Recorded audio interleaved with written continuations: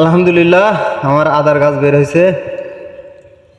মাছবাড়িয়া রুবেল মিয়া বলছিল যে বস্তায় আদা লাগানোর পরে যদি বস্তার মুখে কেউ পানি দেয় তাহলে নাকি 2 মাস লাগে আদার গাছ বাড়াইতে, 1.5 থেকে 2 মাস লাগে। কিন্তু আসলে আমার 1.5 থেকে 2 মাস লাগে নাই। আজকে আমার আদা লাগানো হইতেছে 24 দিন। 24 দিনে ইনশাল্লাহ সুন্দর গাছ বের হয়েছে। এই যে প্রায় বস্তায়, সম্পূর্ণ বস্তায় আদার চারা বের হয়েছে সব বস্তায়। এবং গাছের চেহারা মাশাআল্লাহ খুব সুন্দর, খুব মোটা তাজা।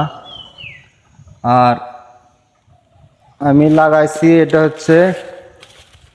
এটা লাগাইছি থাইল্যান্ডের আদা। এই আদাটা খুব মোটা এবং কেজিতে কম ধরে। আর বাড়ি আদা 1 বাড়ি 2 বাড়ি 3 যে আদাগুলো আছে সেগুলোও ভালো, তবে তার চেয়ে এই আদাটা সবচেয়ে বেশি ভালো। বাড়ি আদা 2, 3 চাইতে এই থাইল্যান্ডের আদাটা সবচেয়ে বেশি ভালো। এই আদাটা বেশি হয়, একটা পন্দ প্রায় 1.5 থেকে 2 কেজি পর্যন্ত হয়। এই আদাটার দামও বেশি। যাক, আমি এখানে 1000 বস্তা লাগাইছি, সবগুলো বস্তায় গাছ বের হয়েছে এবং গাছগুলো খুব সুন্দর হয়েছে। তো দেখা যাক।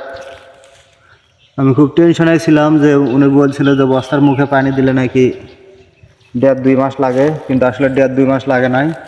আজকে 24 দিনে এই আদার এই অবস্থা।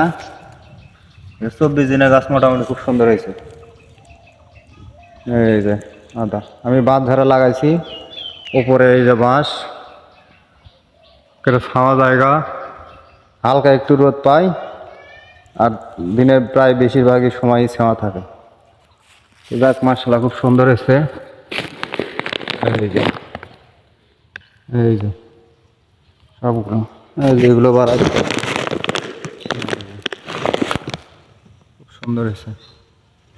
তো কেউ যদি আদা লাগান বস্তায় অবশ্যই চেষ্টা করবেন এই থাইল্যান্ডের আদাটা লাগানোর জন্য। আসলে এই আদাটা আসলে অনেক ভালো হয়।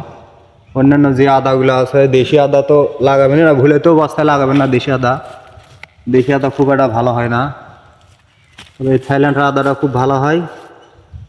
যদি করেন কখনো, অল্প করেন আর যাই করেন, চেষ্টা করবেন থাইল্যান্ডের আদাটা লাগানোর জন্য। ধন্যবাদ, সবাই ভালো থাকেন।